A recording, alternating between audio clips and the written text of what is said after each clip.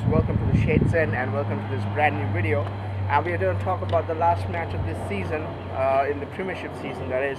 It's Leicester at home against Chelsea. It's actually, to tell you the truth, it's a pretty inconsequential game actually for Chelsea. Just think about a week back, 1.5, 2 weeks back, we were thinking this match we have to win in order for us to finish in the top 4, and it was so different. The whole atmosphere was so different from what we are right now. We are thinking we can let go of this match to give some of our regular players some rest, which is actually required because 3 weeks from now we have Baku. And I love saying that, Baku. I keep on not saying Europa Cup final. I keep on saying Baku. Then I say Azerbaijan. It just sounds a little different. It sounds funny for me, but Baku sounds great. 3 weeks from now, 29th of May, all pumped up for that. Anyways, we'll talk a little bit about Baku a little later, but I'll talk about the Leicester match. For me, it's very simple that we have to play the bench warmers 11. I shouldn't be saying like that, and some people might think about that, but it's just making it a little pumped up. Pumped up at the end of the season, at least, with all the things that have been going on this season. It feels a little relaxing. The shoulders are a little all down. I feel a little happy with what has happened for the last 1.5 weeks or so. Getting the win against Watford was great. Then getting over Frankfurt, and then hearing the news that Manchester United and Arsenal dropped points. So this match against Leicester, which could have been a very tough match, it will still be a tough match, but it's inconsequential. We don't need to win this. It's like so much we can be relaxed, be relieved of that, because otherwise think about doing a review or doing a preview of this match and how much tough it would be. You cannot talk like this. This match we have to win, and this is how we have to play, and all this we'll be talking about. But right now we're so relaxed. They're such a relief that we don't have to win this match. Going to Leicester, it would have been very tough. I didn't have to do something like that. Anyways, this is, as I said, we have to bring some of our squad players in. Some of our players who did well, who could do well if they get more match practice, more match timings. Also, they need rest. Someone like Ross Barkley. I have said that he was in the beginning and the middle part of the season. He was playing too many matches, so it was tough for us. When you play too many matches, you get burned out. And when then Loftus-Cheek came back from his injury, Ross Barkley got some rest, and then obviously Loftus-Cheek showing his kind of form, is playing so well. So it was very tough for Barkley then getting into the team, but that has helped him, because that other night against Frankfurt last Thursday, I saw Barkley was playing better. And that must happen when you get an extra rest. And sometimes when you play the players regularly, it will happen with Hazard also. If you look at it, Eden Hazard is playing every match, and if he keeps on, he was pretty poor. Some people will still say that he was the reason that we got the assist and the Loftus-Cheek goal against Frankfurt, but still he was not that great in that match. So players do need rest. They cannot play every match. They are not robots. They cannot play. It was our 3rd match in about 10 days. This would be our 4th match in roughly 12 days. So it's required. They need a lot of rest. So that's good. So that's why something like Ross Barkley, Costa was pretty decent in the last match in Frankfurt when he came in. So these are certain things that you need. You need some of the players to be relieved. If the same player is playing every day, then so many people are they're questioning Azpilicueta. But if you look at Azpilicueta, he's playing every match. There is nobody at this moment who can replace him, or at least in Sarri's eyes. When Zappacosta came in, obviously it was Christensen's injury more than that. But we need players who can actually give them some rest. So some matches, and that helps. It happened with Alonso, but Alonso got a lot of, when he got rested. Look at the way he has scored goals. He scored against Manchester United. He scored a couple of goals against Frankfurt. He scored a goal. He scored against Praga. That helps actually. When Emerson came in, giving him an extra rest, that is what is required. And I guess a lot of people are so critical about Azpilicueta that maybe he is also not in form. He's not able to do a lot of things. But if he gets a little bit of rest, if he gets a backup, if he has somebody who can back him up at times, I'm pretty sure that he will also come up with some better results. Obviously, he missed the penalty the other day. Not so good. Anyways, so we'll bring the fringe 11 that will be playing at, that's I will say, Chelsea's fringe 11 versus Leicester's 11. So it's all funny now that we are in the Champions League. I'm so happy about it. So that's why I'm able to be so relaxed a little bit. Otherwise, we'll be all, oh my goodness, what is going to happen to us?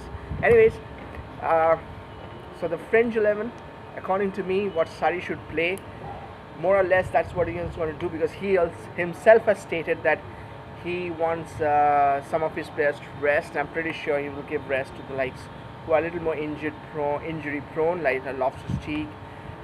So I'm starting with the goalkeeper, my favorite goalkeeper. Though no disrespect to Caballero, I would like to see Caballero play. I like to see Caballero play more often, anyways. But you know, Kepa did some great work last Thursday, but he needs a rest now. And I think Caballero should go ahead and be the goalkeeper in this match. And the defense, according to me, should be Cahill and Ampadu. Now Cahill, because it should give him 90 minutes. I'm not sure about Sarri and Cahill, if that's going to work out or not. I don't know if Cahill would want to play it like that or not, but hopefully that happens. And the second thing is Ampadu. Ethan Ampadu, if he's fit, I expect him to start. I'm not sure. I see him in and around the team, but I don't see him. I don't think he's fit, but he should play. I think Alonso should play on one side and Zappa Costa should start on the other side. Zappa should start a match. I think he played pretty well against Frankfurt when he was required. I think this match could also be his last match.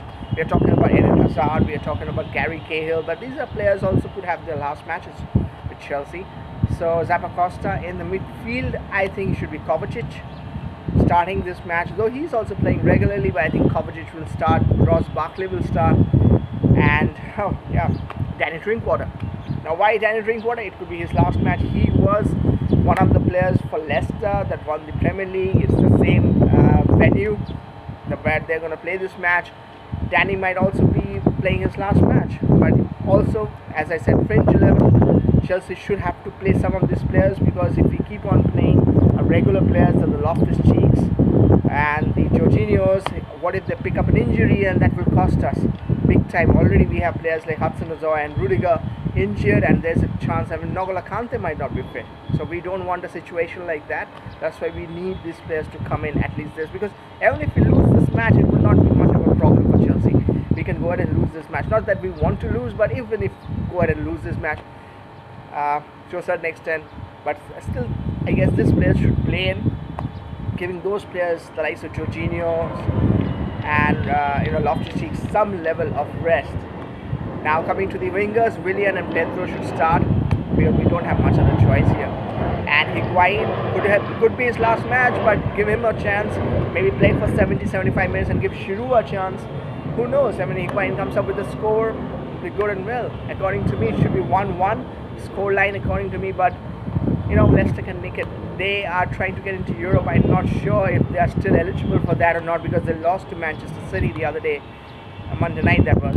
And had they won that, or they got something in that match, they might have, had they won this match, they could have had a chance. But now I think it could be like they can win, Leicester can win, but I think a 1-1, if Higuain can come up with a goal or something. Now it'll be interesting, but I want the team that I said should play the Fringe 11, you know, all fun. But yeah, these are the players, because we need the rest of the first team to get a lot of rest for the next 3 weeks. I know the America plan, I know the team will be flying to US. Till now that is nothing confirmed that has been cancelled or not. It's pretty irritating. Not that I have anything to feel bad about the America going to US, but right now that we are going to play in the Europa Cup final, it was important for us to be in England and not go all the way to US, even if it's for just what, they will be going next week, in midweek. It's a midweek match next week, and they will be right back in, so it's not that. But still, some of these players will be playing, and they don't need to play. They need to get a lot of rest, mentally and physically, as Sarri said, and I agree with him, and I'm a big Sarrian fan, and by now you guys should know by that. But anyways, it will be a great thing now. We need the rest. We need to take this 3 weeks very normally, and hopefully in Azerbaijan, in Baku, we are able to beat Arsenal. Arsenal is playing well. Their strikers are really good. That's what's concerning me. I'll make a separate video on that as and when possible. From next week I will be traveling myself, so I might not be able to make a lot of videos, but you never know. I'll try my best to make as and when possible. But as I was saying about the Arsenal thing, the Arsenal's got two superb strikers, and there are a couple of attacking midfielders are also very good. So that's concerning me. Their defense and our defense is also bad, but we don't have those strikers that they have. Both Uba and Lacazette are so good. So that's why it's concerning me when it comes to the Europa Cup final. Anyways, we'll make a separate video on that. Also, congratulations to David Luiz for a 2-year contract. It is something surprising because players over 30 are normally given a 1-year contract by Chelsea Football Club. He is given 2 years. It needs to see how much he is able to use that in a positive way. We like to see him as a leader in the training. We like to see him a leader in the dressing room, because now he will have to take the leadership on, because from next season we like to see the likes of Zuma, Rudiger and Christensen to be our main 3 defenders. But it could happen that David Luiz will be coming in and out, playing in the defensive role. But in case if he's not playing, hope he doesn't make a negative situation in the dressing room, but he becomes a leader and helps the younger players to improve rather than become a nuisance. Anyways, but still congratulations to David Luiz on that. I came to know about the ticket allocations for Baku. It sounds a little weird, but then I'll talk a little bit on that. And like what, 5,800 tickets been allocated to each Chelsea and Arsenal. So roughly about less than 12,000, some 11,600 or something tickets to both the teams' fans combined. The stadium is about 68,000 or something. So that's pretty much rough. I'm also traveling from London to Baku. It's like a different thing altogether. It's going to be very expensive. So obviously a lot of things have been talked about it in the social media, how people are going to do this, why the Baku thing. I feel that just my point of view, according to that, I feel is that people in Eastern Europe should also watch this kind of big games, and this was just what I say a Robin Hood effect, where you give it to the poor kind of people who don't watch top matches. People in Azerbaijan or Eastern European countries, they normally don't watch big European Cup final matches. This kind of matches don't take place over there. I mean, this kind of matches normally take place in places like Barcelona, Madrid, London, Munich, Amsterdam, Rome, Milan.